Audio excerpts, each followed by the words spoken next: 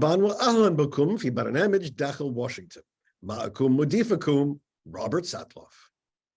اجتمع مرشحو الرئاسة الجمهوريون في الشهر الماضي في ميلووكي في ولاية ويسكونسن للمشاركة بأول مناظرة رئاسية للحملة الانتخابية لعام 2024.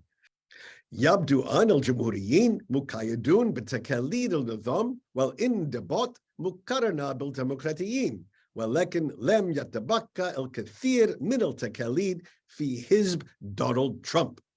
فبحسب استطلاعات الرأي، ترامب هو أول مرشح رئاسي لم يخطر المناظرة، كما أن الاجتماع من دونه كان ساخبا وقتاليا وفوضويا في بعض اللحظات. في ميلووكي رأينا اختلافات في السياسة واختلافات في الشخصيات والأولويات والأمر والجنس. لقد اختلف الجمهوريون حول كل شيء بدءا من أوكرانيا مرورا بقضية الإجهاد والانتهاء بدعمهم لترامب. هناك الكثير من الأشياء التي تجمع الجمهوريين ببعضهم البعض، لكن المناظرة أظهرت أن الجمهوريين ليسوا بالتأكيد حزبا واحدا، وأنهم غير مستعدين لمواجهة جو بايدن.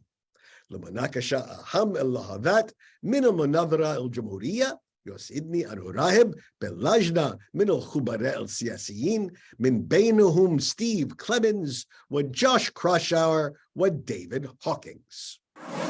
Welcome back to Dakhel, Washington. It was a few weeks ago that Republicans gathered in Milwaukee, Wisconsin for the first presidential debate of the 2024 election season. Lots of people were on stage, not the big gorilla, Donald Trump. But it's now a few weeks after the event. We have time to digest what happened, and after all the post-debate spin is over. With the passage of time, let's take a look at the implications with Steve Clemens, Josh Kroshower, and David Hawkins. Thank you, gentlemen, for being with me this morning. All right, first, broad impressions of the debate before we get into any of the specifics. David. Well, not to be Debbie Downer on all the other candidates, but my broad impression of the debate after several weeks is that I don't remember a thing about it, especially in light of how the big gorilla continues to dominate the news. There has been some polling, which my two colleagues might know in more specifics than I can conjure up at the moment. I think we were all looking for some polling after the debate that would show some movement up by one of the people who was on the stage. Somebody who might emerge as, if not Ron DeSantis, the governor of Florida, who has been perceived as the leading alternative. If not him, then somebody else. And instead, all the polling has shown nothing but Donald Trump gaining and widening his lead over all the people who were on stage. So it is he continues to defy every law of political gravity that any of us have known in our professional lives. And the debate was just another reminder of that. All right. So today's show is meaningless. Josh Kroshower, what is your broad impression of what happened when Republicans got together in Milwaukee? Look, the debate was a reminder about how different the pre-Trump Republican Party is from the post-Trump Republican Party.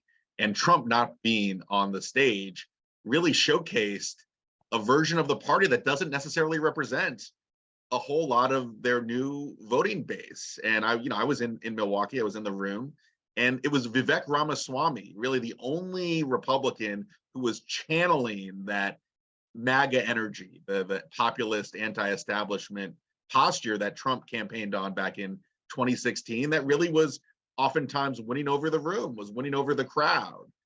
Now, I think those voters are more likely to support Trump. Like there's no reason to vote for Ramaswamy when you have the person off stage that is much more established. But boy, especially on foreign policy, the arguments from Nikki Haley, Mike Pence, Chris Christie, and others for calling for a hawkish, activist, energetic American foreign policy strongly contrasted with what Vivek Ramaswamy and Donald Trump off stage have been advocating for on the campaign.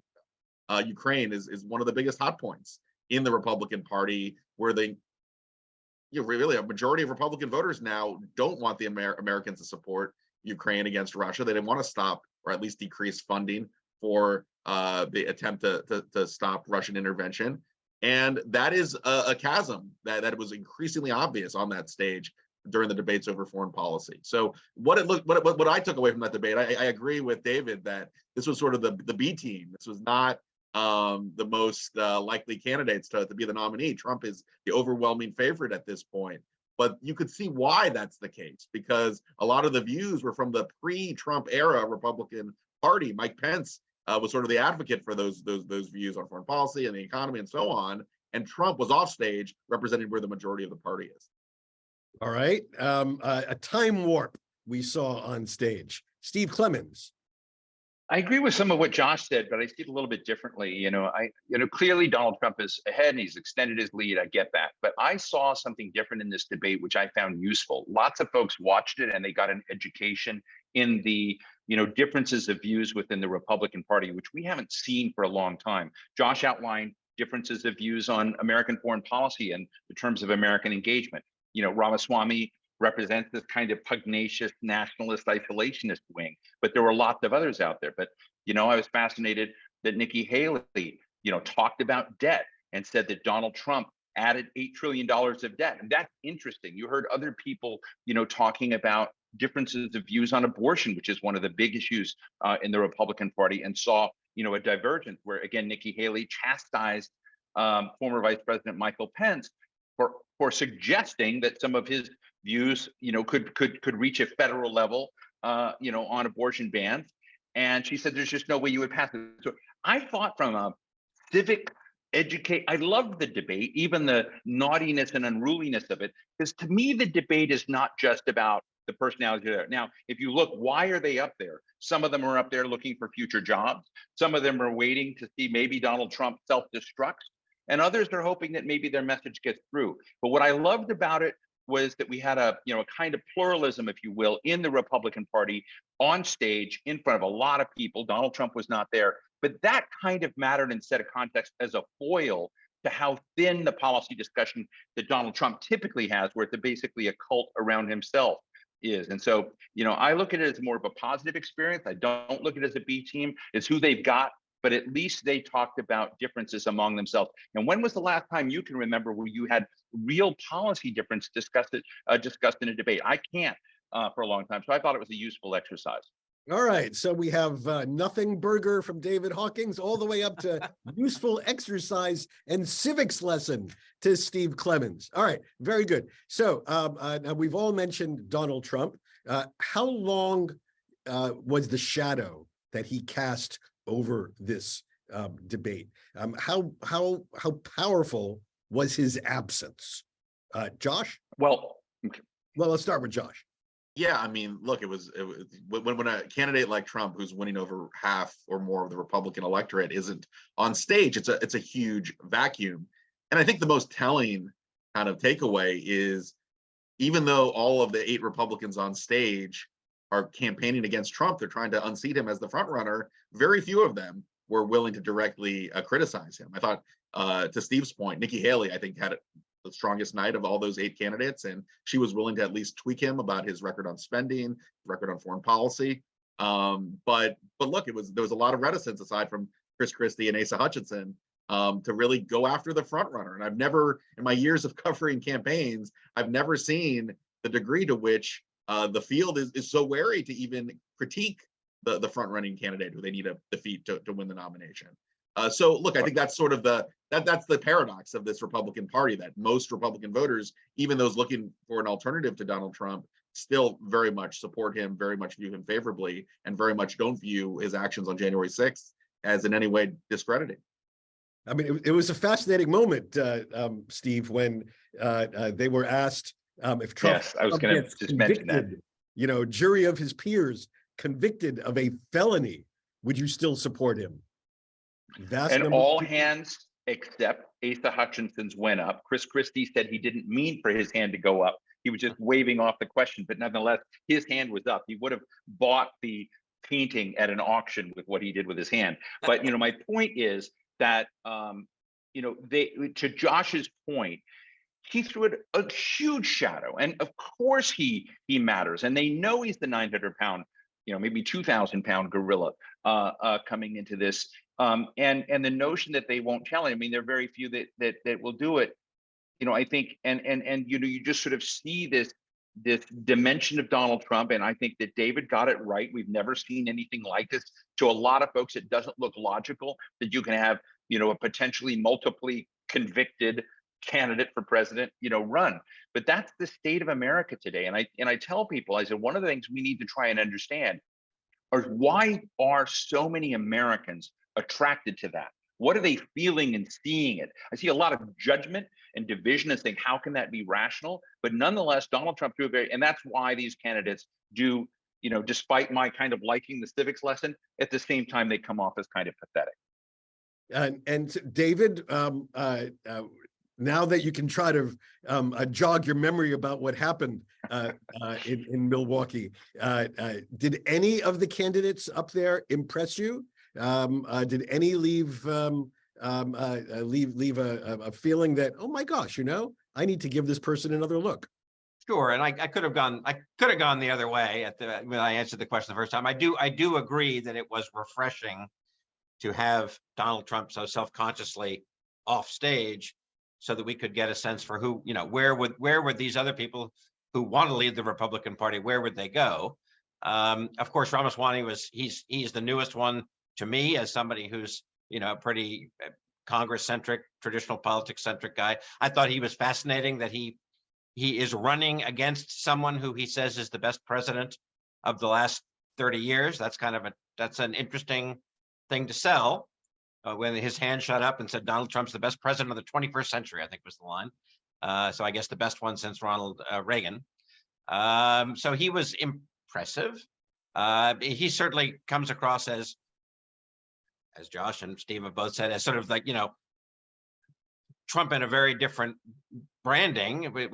He certainly Trump, I don't think, comes across as intellectually rigorous. He comes across as forceful and dogmatic and simplistic, in a way that voters like. Use the world as white and black. Ramaswamy, at least, comes across as somebody who you think has done a lot of reading and a lot of studying and a lot of thinking. So I thought he was probably the most interesting one. And I guess I thought Mike Pence was probably also interesting because he's the other one in an incredible struggle to say, well, except for the guy I worked with was the most impressive president ever, except for that one, he had one really, really bad day that I disagree with. And watching that was fascinating. Fascinating. So Josh, is there one candidate who stands out for you as particularly impressive that deserves a second look because of what happened in Milwaukee?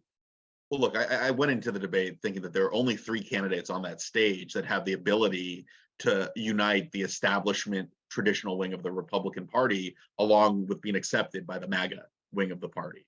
It's Ron DeSantis, Nikki Haley, and Tim Scott. And of those 3, Nikki Haley by far had the standout performance. I mean, look, her resume should put her in the top tier by itself. She is a 2-term governor of a pretty important state. She has a pretty solid record of both economic accomplishment, taking down the Confederate flag, also in South Carolina during her tenure. She was UN ambassador, and she, to be honest, like, she's one of the strongest political athletes. Just you could see those exchanges between her and Ramaswamy on foreign policy. And I can tell you, that was a room that was more inclined to view Ramaswamy's isolationism in their, as the preferred option. And Haley won over that was the loudest applause of any moment at the debate. And it was on an issue that she started out at a disadvantage on. So Haley, in the polls have shown that she's gotten a pretty sizable bounce. She's now in the second place in one New Hampshire poll. Nationally, the polls have shown her jumping to second or third place since the debate. The problem is that Trump, number one, is the elephant in the room, as we've discussed. So like the gap between her and Trump is huge. It's significant. And I also think that as this campaign goes on, if she does get some momentum, she will be more easily branded as sort of the establishment candidate. And that kind of branding for anyone, for DeSantis, for Haley, for anyone on that stage, is toxic in today's Republican Party. All right, when we come back, Steve, I'm going to ask you who up there was running for vice president. And we'll come back to discuss more implications of when the Republicans gathered in Milwaukee in just a moment.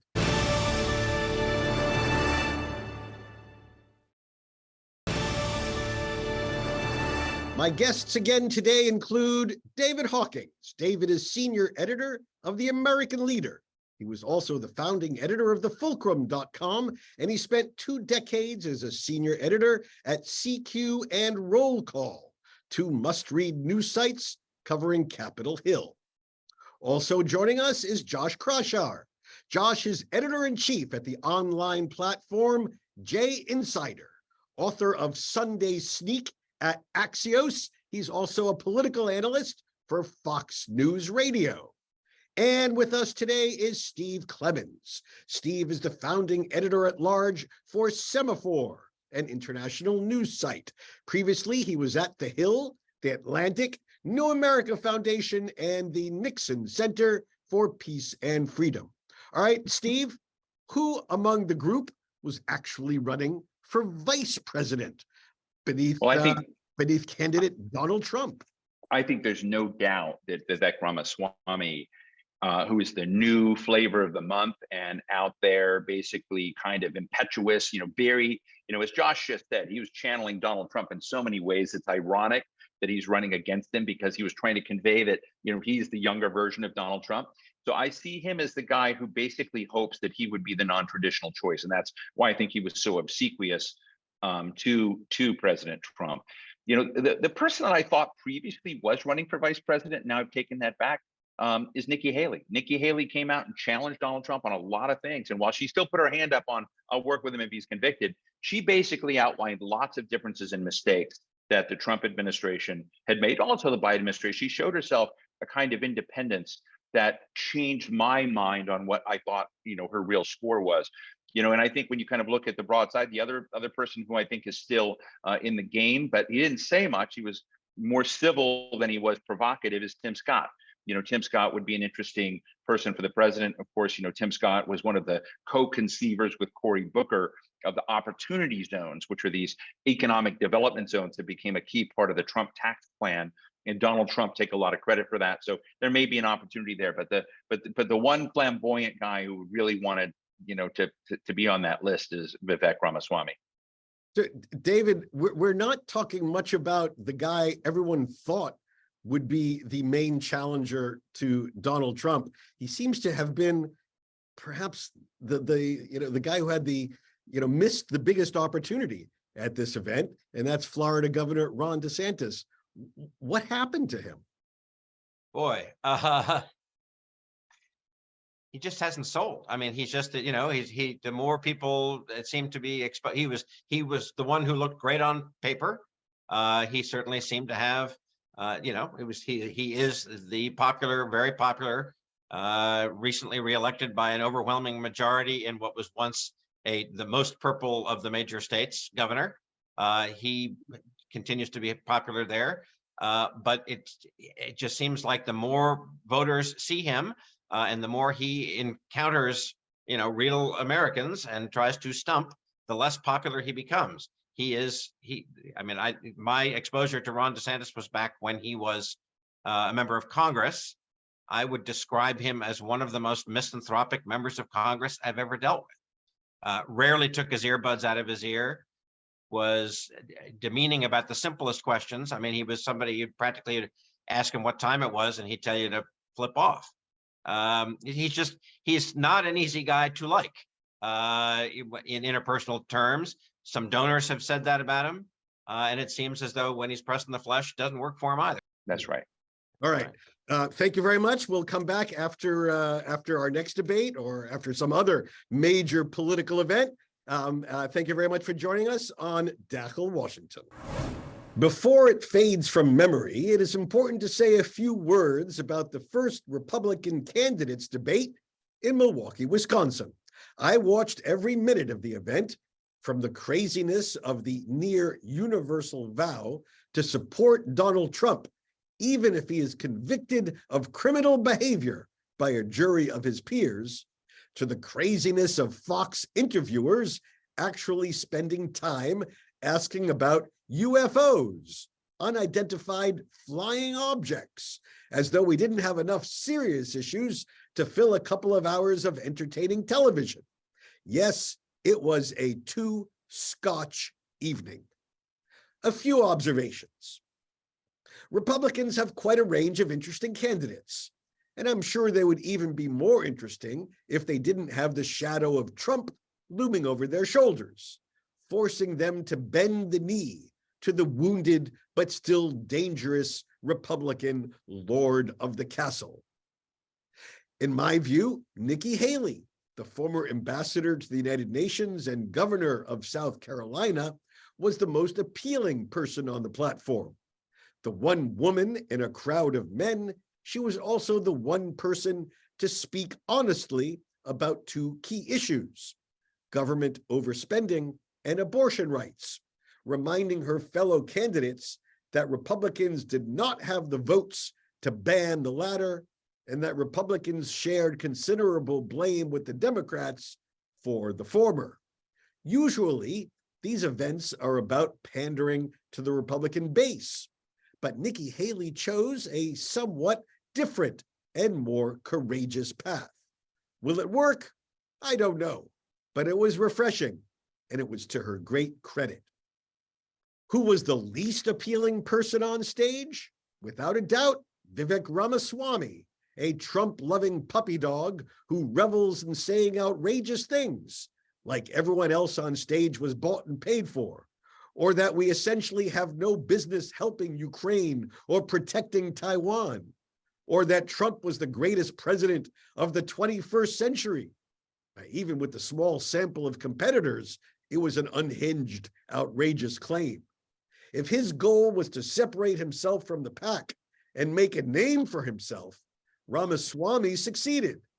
But in my view, what he said was dangerous for the party and the nation. Who was the most perplexing candidate? Florida Governor Ron DeSantis. He stood in the middle of the stage in a special spot as the candidate among this group leading the pack. His job was to look presidential, to present himself as a reasonable alternative to the frontrunner, as Trump without all the personal and legal baggage that weighs Trump down. But it was, in my view, a huge missed opportunity. Time and again, when he refused to respond to group questions posed by the interviewers, he acted as though he was just annoyed, too big, too smart, too important to be on the stage with everyone else. It did not enhance his special status, it shrank it. He ended off worse than when he began. Among the rest, some did better than expected. I put Mike Pence in that category, while some did worse, such as Tim Scott, a likable senator with broad humanistic appeal. But few will remember, because the biggest story was that Trump did not take the event seriously enough even to show up. Was Milwaukee important? It might be, as one has to think that a conviction in any of the criminal cases he faces may be the final political straw for Trump, opening a path for one of these to claim his mantle. Until then, however, it's still Donald Trump's Republican Party. Bahada nasalu el nehayat hadhil halka min barnamij dakhil Washington.